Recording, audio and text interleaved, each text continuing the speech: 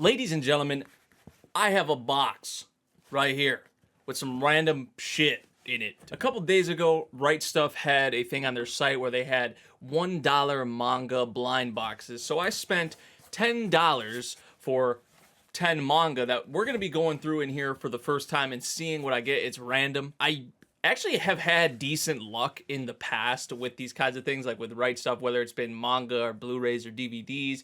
But more so with the manga stuff, I haven't really had much luck. It's more so been with like the Blu-rays and the DVDs, because in the past for the Blu-ray blind boxes, I actually got a Kame Ga Kill limited edition. It was like the first collection, so that was something I got in the past. That was really cool. Was not expecting that. And then also the one time from a blind box, I got Durarara. It was one of the collections, because they split them up into so many collections, like with Aniplex and all of that. But I did get one of those. So I've actually had success in the past with these blind box sort of things. So we're going to see what we have in here.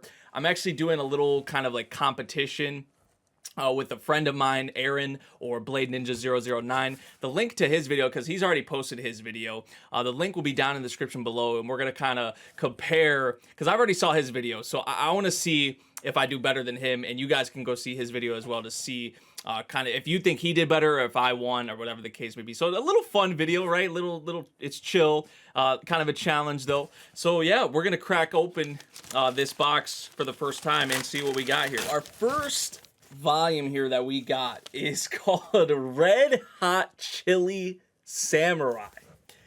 I actually kind of like the cover, I'm going to be honest. Volume 1. So if I wanted to start right here, I could. Because sometimes they just be giving you like Volume 4, Volume 5, or just a random volume in the middle of the series or whatever. So I got Volume 1. So that's actually pretty cool.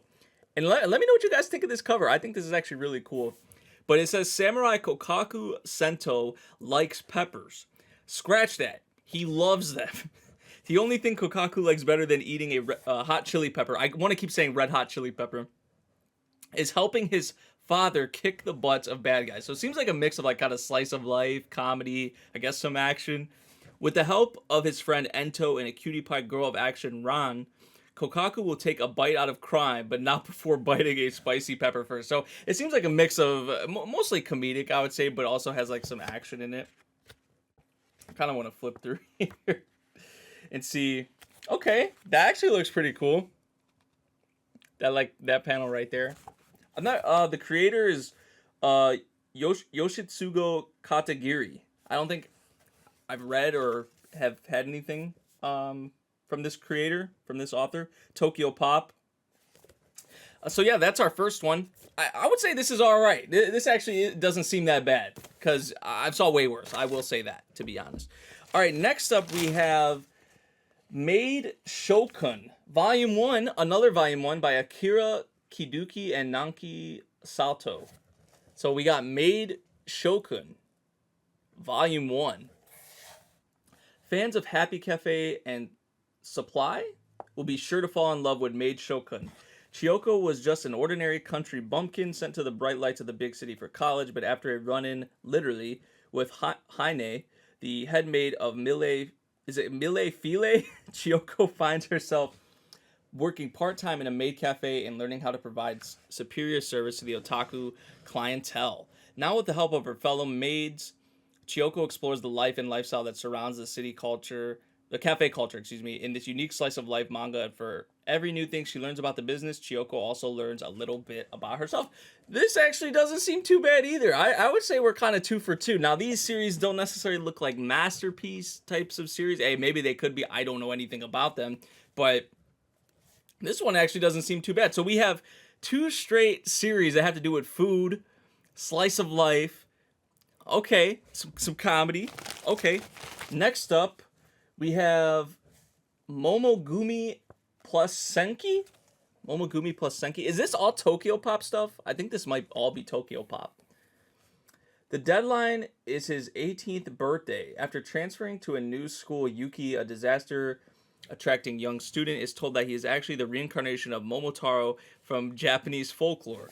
What's worse, he was cursed by demons in his previous life, and if he doesn't break the curse, he will die on the day he turns 18. Luckily for Yuki, he won't have to battle these demons alone. His three mystical, minions, Yukishiro, Masahiko, and Sawa, will be there to instruct and protect him every step of the way. Okay, so this seems all right. This seems all right.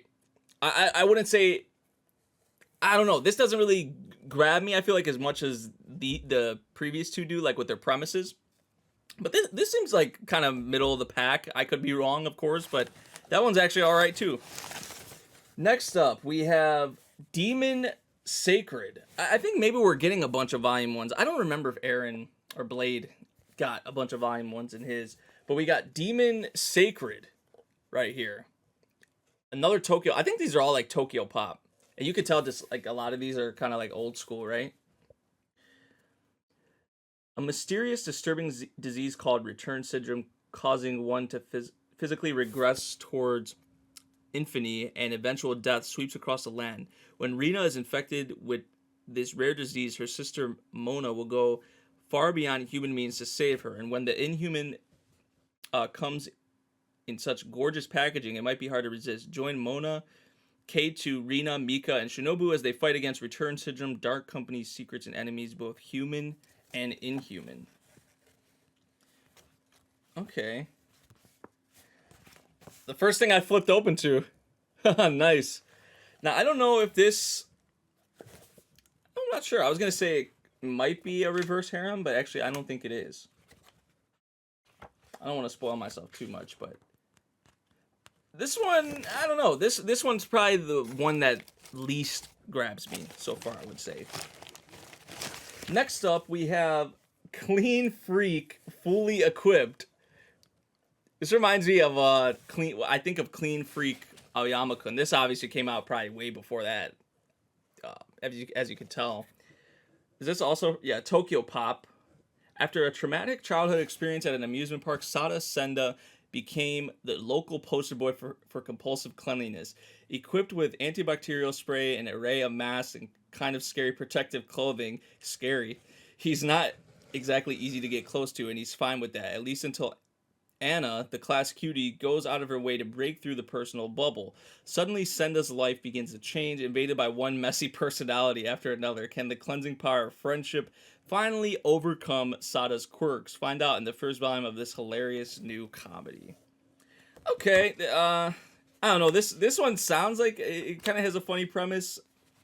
Now, it's kind of unfair to say, okay, I didn't really like Clean Freak Aoyama-kun, or whatever it was called, so I wouldn't enjoy this. I don't know. These two, the ones we just had, these don't really grab me as much. It seems like we've been kind of going on a downward trend, essentially, I guess you would say. Because I was like, okay, Red Hot Chili Samurai sounds actually pretty fun. Made Shogun even as well. But then it's like, as we went through this one, and then this one, and then this one, the premises are sort of, I don't know, it's kind of going downhill a little bit, I guess you would say. All right, so that was the first 5. The next one we have, let's see. We have Mikanse? Mikanse? From the artist of Code Geass. I was actually about to say something like these characters look, the designs look kind of familiar to me, like the style. You know what they say, if the century fits, then travel back in time to become a pop singing sensation. Neo loves to sing and test the boundaries of 23rd century modesty with her short skirts. When she accidentally, I love that. She accidentally time travels to the 21st century in time to, it's time to sink or sing. Before she knows it, she's teamed up with the handsome. I love how they put handsome here. I don't know if you guys are gonna be able to see that, but they like spread out like handsome. She teams with the handsome Saya as half of the ultimate singing duo, but all her dreams may vanish if they can't put one great concert. With Saya depending on her, will Neo keep time on her side? Now, personally, me, I'm not usually the biggest fan of idol shows. I'm gonna be honest with just like singing shows or music shows. There's some I have enjoyed, don't get me wrong, but most of the time, I don't know what it is about them, but most of the time they're like, it's really hard for me to kind of latch onto them. So, I don't know, this one doesn't seem... Oh, here's something I just flipped to that's actually pretty nice. That's cool. Yeah, I don't know about this one either. I mean, it's not like any of these seem like really bad to me necessarily. It's just, I don't know. Next up, we have, ooh, I love this color. Color. I mean, the color on it too. But we have Dot Hack Cell. Look at that. It's actually really cool. That's probably actually my favorite cover so far. Art by Akira Mutsuki and story by Ryo Suzukaze. Is this a... Oh, it's a novel. Okay, it's a novel. Average high school student Midori Shinomura falls mysteriously ill while she wastes away in a hospital. She learns of another Midori, a fighter of terrible skill in the online game known as The World. There is a strange and close connection between Midori and Game Midori. With the sanity of both girls on the line, Game Midori will try to solve the mysteries of her past and perhaps save the real world Midori in the process. I'm actually not... I haven't watched or read or got into any Dot Hack. And I don't even know if I'd be able to read this, hypothetically, if I wanted to start it. But this one actually is probably the most interesting one to me out of all the ones that we've had so far. So I think that's a W. Next up, we have the Stellar 6. It's a little like a poppy kind of cover. It looks like... Don't the character designs kind of remind you of like March Comes in Like a Lion a little bit? I'm not saying it's the same, but kind of reminds me. The Stellar 6. Oh, it says the Stellar 6 of Gingacho. Gingacho? Mike, Kuro, Iba, Q, Sato, and Mamoru star as the Stellar 6, the children of various store owners of the Galaxy Street shopping district. Once inseparable childhood friends, they find themselves falling out of touch, but when a store on their home turf falls victim to vandalism, the Stellar Six come together again to help out, remembering the roots they share and the bonds that keep them close. In this story of true friendship, 6 best friends learn the importance and power of growing up together. That actually sounds really cool. This sounds really awesome, actually. This sounds like something I might actually like. It kind of gives me, like, I don't know, it kind of gives me Anohana vibes a little bit. Obviously there's not like the whole like with Menma and all of that, but kind of does remind me of that. Like they kind of fall out of reach, out of touch with each other. Things are different, and then something brings them sort of together. That's kind of what it reminds me of. Next up, we have Portrait of M and N from the creator of Gakuen Alice. And by the way, let me know if you guys have read any of these. I know I said that before, but everyone in the world has a secret that cannot be shared.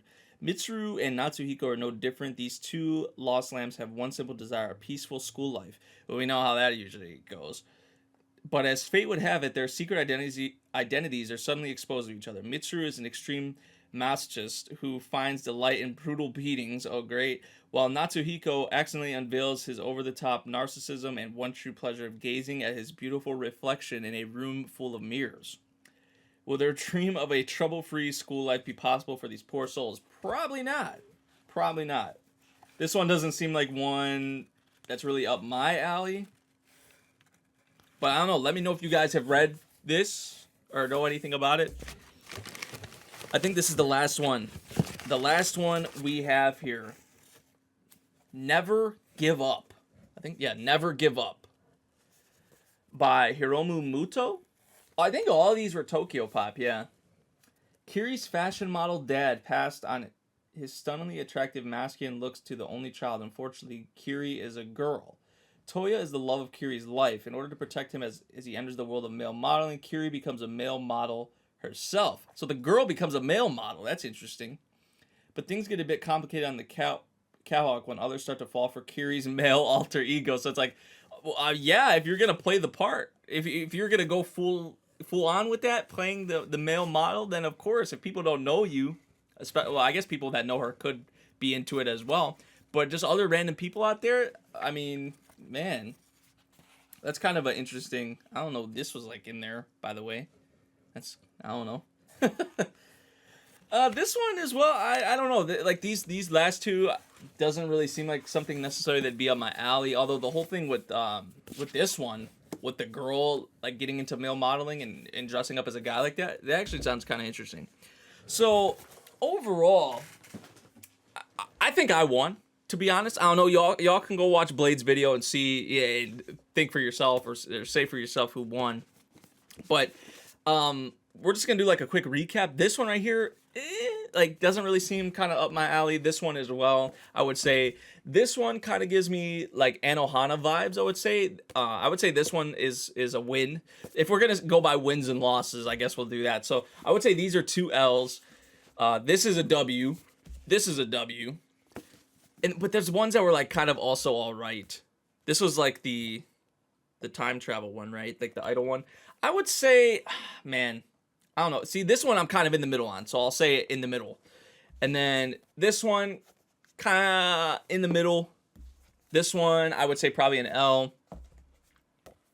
This one also, I would say I'm in the middle on. And then these 2 right here, I would say are W's. So I think we started off really good, and then it kind of went downhill a little bit. Kind of brought itself back. So we had like, in my eyes, four W's here. And then we had these 3 ones that I was kind of in the middle on, right here. And then these 3. Let me know what you guys thought of these series down in the comments below. Also, let me know who you think won. I'd love to hear guys' thoughts on these series and on the 2 separate videos. Like I said, it will be linked down in the description below. If you guys did enjoy, make sure you drop a like, subscribe if you're new, and I'll see you all in the next one. Thank you for watching. Peace out.